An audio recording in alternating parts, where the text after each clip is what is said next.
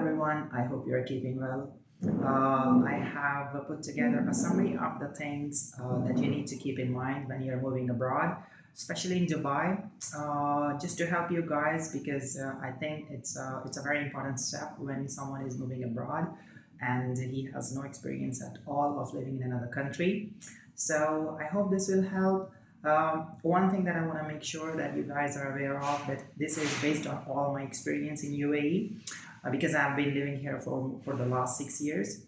And this is not a legal opinion or something, but I'm just trying to put together all this stuff just to help you guys and have a smooth experience when you're moving from your country to Dubai or any other country in the world.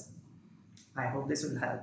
Now, as I said, that it will be a small summary of the things that you need to keep in your mind, but I promise that I'll be making the detailed videos about all the topics that I'll discuss in this video. For example, what visa options you have when you're moving, where to get your documents assessed from, authorized from, if you're really moving to work here in Dubai. Uh, and most importantly, I guess the living cost. This is very important to know how much you're gonna expense in a new country where you're moving. So it's very important to subscribe to my channel to watch the upcoming videos. So please do that now. And yeah, let's get started. All right, so the first thing that I would like to talk about is the passport. So you should have your passport ready because you're planning to travel internationally, and I believe this is the only document that allows you to travel abroad. And make sure it's valid for at least a year if you're planning to move to Dubai to find a work or something. I think immigration authorities will accept if it's valid for 6 months, but in my opinion, it should be valid for a year because ultimately, if you have a job offer, you need a work visa, and for work visa, you'll need your passport, of course. So I'm sure you don't want to waste your time to renew your passport once you have a job offer letter in your hand and your company is applying for the work visa. So it's going to be a hassle, and you might lose your focus on your new job, where you obviously you want to perform well. So I would suggest make sure it's valid for at least 1 year. All right, the second thing I would like to talk about is money. Obviously, you need money for everything, whatever you're planning to execute. So, in my opinion, you should have enough funds in your bank account for at least 6 months. Why? Because once you're moving in Dubai for, let's say, 2 or 3 months and you're looking for work, you don't want to have that financial stress for the people back home, and you also need to cover the living cost in UAE. So, or anywhere in the world, as I said. So, yeah, you don't want to have that financial stress. So, why 6 months? Why not 2 to 3 months? Because let's say, I believe the job market is impressive, and finding the work is, it can be challenging because so many talented people are here. But in my opinion, it's a doable thing. So, but having said that, let's say if you don't find work and you need to go back home, so 6 months. Why? Because you should have enough money in your bank accounts when you go back home. And again, you don't need to be worried about the money for at least 2 to 3 months, or when you're again getting back into the job market. So yeah, I think I made my point clear. All right, let's move to the third thing, which is documents attestation. I believe this is very important if you're moving to Dubai purely for work reasons, because eventually you need the work visa, and you don't want to waste your time when you're applying for the work visa to get your documents attested from the relevant authorities. So, who are these relevant authorities? It varies country to country. First of all, and do your own research, I would strongly suggest. But normally, in all cases, it's the body that is awarding you the certificate, and it's also the body that monitors the examination, because sometimes it's different. And the third party is the Ministry of Foreign Affairs in your home country. And when you're here in UAE, you need also your documents attested from Ministry of Foreign Affairs, I believe, which is in UAE. So these are the four departments that comes to my mind when it comes to documents attestation, which, as I said, is very important, very critical for your work visas once you're here. And again, you don't want to waste your time and lose your focus from your work, from your new job when you're here. So I strongly recommend do it before moving to Dubai or anywhere else if it's required for work visas.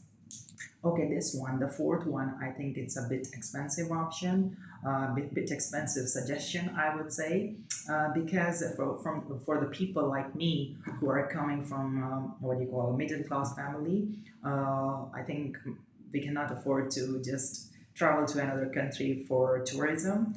In my case, I wasn't able to, I mean, I was able to, but not that comfortably.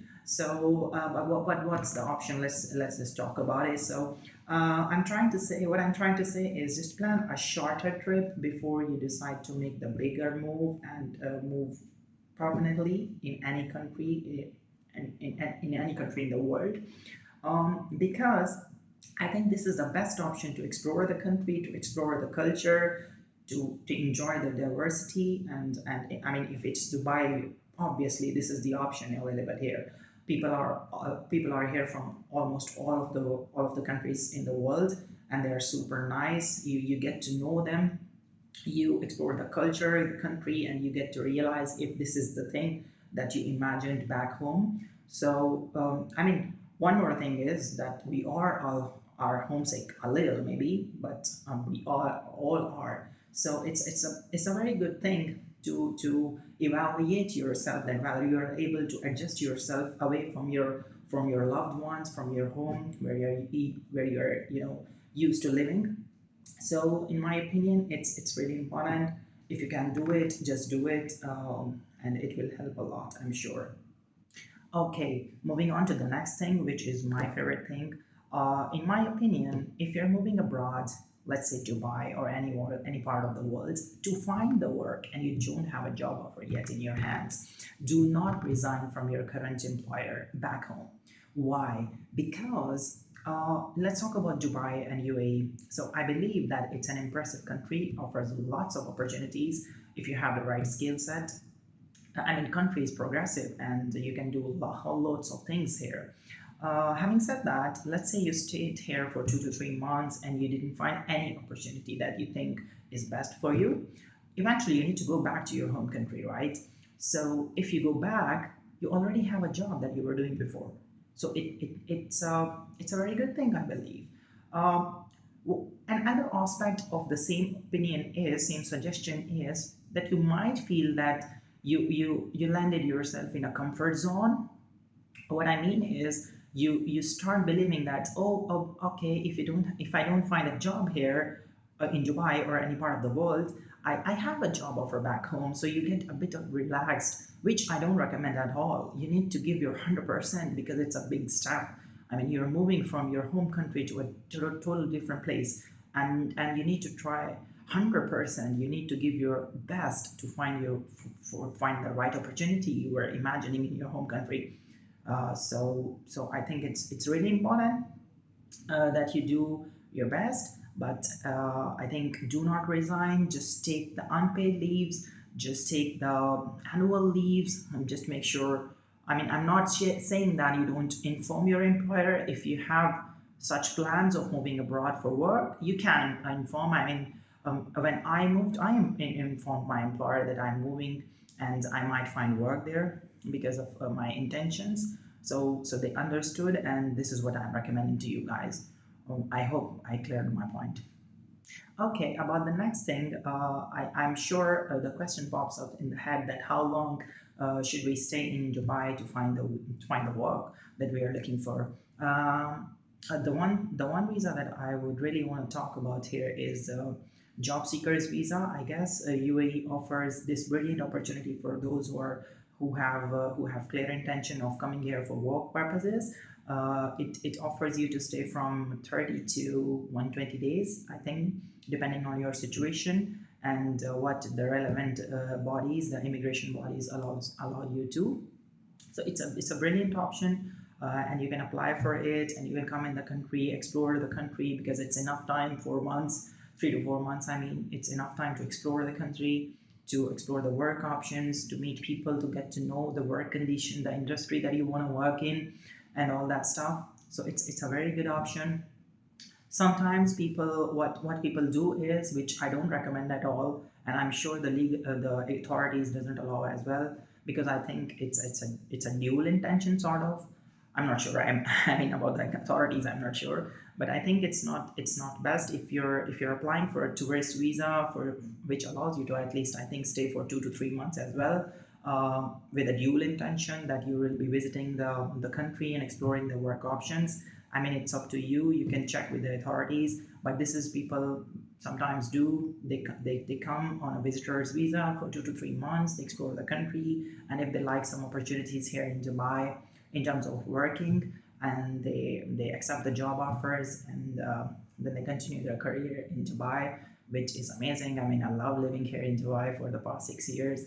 It's amazing. I recommend. I totally recommend. But this is not the topic here. But yeah, as I'm saying, so these are the two visa options: job seekers visa and visitors visa, which I'm not recommending unless the authorities allow you to.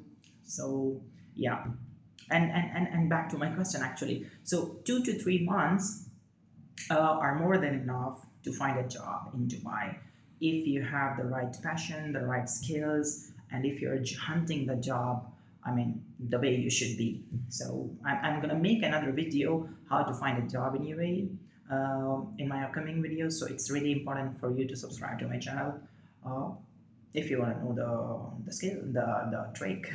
Yeah. All right. Okay, so now you are in UAE or in any part of the world and you are about to find work. So, what sort of CV you should have? What format of the CV you should have? It's a very important question, and trust me, people ask me hundreds of time on LinkedIn that what do you recommend? Or what should be the format of the CV? Should we have the picture on the CV or not? Blah blah blah. So what in my opinion, I mean, it's not the area of my expertise, I would say, but based on my experience, I have been working in the industry for the past 12 years, I believe, and here in UAE now I have 6 years of experience, and I have been communicating with HR professionals, my own HR people, and all that things. So I think it's really important if you have less than 10 years of experience, just to have your CV max of 2 pages. I mean, don't. I mean, in most cases, I would say to a maximum 1 page. But if you really want to extend, just make it maximum 2 pages. And if you have more than 10 years of experience, you can go beyond 2 pages. It's what I say. It's my opinion. And one thing I really want to stress on is just put uh, your achievements, your work achievements, your work related things that you improved in your with your past employer, and how you made the workflow more smoother for your past employer. It really matters here because employers are looking for people who are creative, who can improve their work processes and all, who can improve their work efficiencies. So putting all the details about the work that you have done in the past with examples, with percentages, with numbers, so that they can, they can easily spot them on your CV. One more thing I want to say is, please put your contact details on the CV, because I have seen people who have everything on their CVs, but they forget to put on their phone numbers and and their email addresses. So imagine you are picked up by an HR person for a call for an interview, but you don't have the contact details on your CV. How pathetic is that? So, and believe me, it happens. I have seen CVs without contact details. So please make sure you have contact details. Okay, so the next thing is budgeting, which is actually related to the second thing that I already spoke of, money. So what I want to say is, you need to plan your trip. You need to plan your stay in any country, in Dubai or any part of the world you're planning to visit. And in my opinion, I'm a finance professional, so I think I have a strong opinion about this one. That you need to break down your budget in a smaller categories. For example, what I mean to say is, you need to be sure of the living expenses. I mean, the accommodation that you will have, whether it will be a shared accommodation or whatever you guys choose to have. And then you have to have budget for the food, and the things you're going to consume here in Dubai. And then there are other stuff. For example, the traveling. You need to travel a lot. Trust me, if you're finding work. I'm not recommending to drop CVs in the offices. I think it's obsolete. It's a very old way of applying jobs. The most acceptable thing in UAE is applying online. Okay, anyways, I'm going off topic here, but yeah, in any case, you need to travel, so you need to have enough money for the taxis, cabs, or the metro. I mean, Dubai offers a amazing transport system, and they have. Yeah, you need to have funds for public transport if you are planning to take that option for your travel needs. What else? Remember, you need to have a SIM card, a network that you need for UAE. And once you land here, you will need obviously some SIM card to connect with people, which is very important. Again, whether it's for personal reasons or for work related things, you can call employers and all that stuff. And it's also necessary because once you land here, obviously you're gonna feel homesick. So you need to contact back home to talk to your loved ones and to feel, and to, I mean, to feel comfortable here in UAE. So I think just break down your expenses into smaller categories: food, accommodation, and travel, and what do you call, phone expenses, sort of. So yeah, just think of the things that you are going to do. I think I forgot one more major thing, which is tickets. You need travel tickets, right? So you need to have enough money in your bank to get the ticket. I mean, of course, if you're planning to, you must have that money. But this is one thing you need to keep in your mind, that you need the ticket, and it depends where you're traveling from. The cost will be different. So yeah, these are the things that are on top of my head related to budgeting. Okay, so the next thing that I want to talk about is, let's say you have done all your work and you arrive in the country, let's say Dubai. So one thing I really want to mention is that you need to respect the rules and regulation, because it's a very disciplined country. Everyone here respects the rules and regulation of the authorities. For example, jaywalking and all. So it because it if you're issued fine, it's not the experience you want to have for jaywalking, which is, by the way, I believe 400 dirhams, and it's a lot of money. So once you're in Dubai, try to learn about the basic rules, and do not disrespect them, and just try to be a good visitor. Last but not least, I really want to talk about this because this is what people face when they're finding work here in Dubai. So what happens is, when you are applying for jobs, you might have a chance to get a call which is fake, which is just a scam call, and they pretend to offer you a job offer and sometimes invite you for interviews. What I recommend is always keep a list of the jobs that you're applying for. It's essential because once you get a call or an email, you can verify it with the list, that if you actually applied for the job or it's coming out of nowhere.